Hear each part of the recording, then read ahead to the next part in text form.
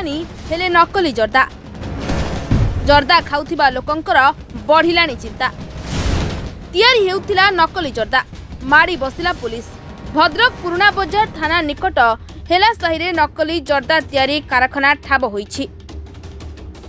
नामी दामी ब्रांड जर्दा सह लोगो स्टिकर मेसिन सह 3 लाख रु ऊर्ध्व मूल्यर नकली जर्दा सामग्री पुराना बजार पुलिस द्वारा जबत होईछि।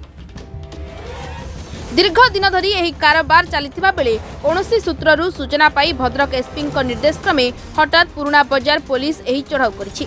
हेले जर्दा माफिया माने फेरार अछंती बोली सूचना दैछंती पुराना बजार आईआईसी नीरज कुमार सामल।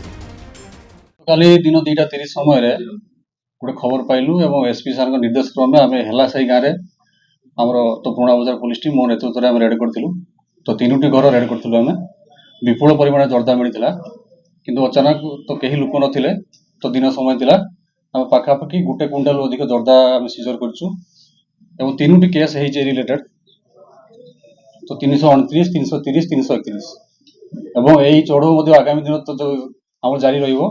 आम सब चाहूँ केमती जर्दा को तो पूरा इराडिकेट करिवु।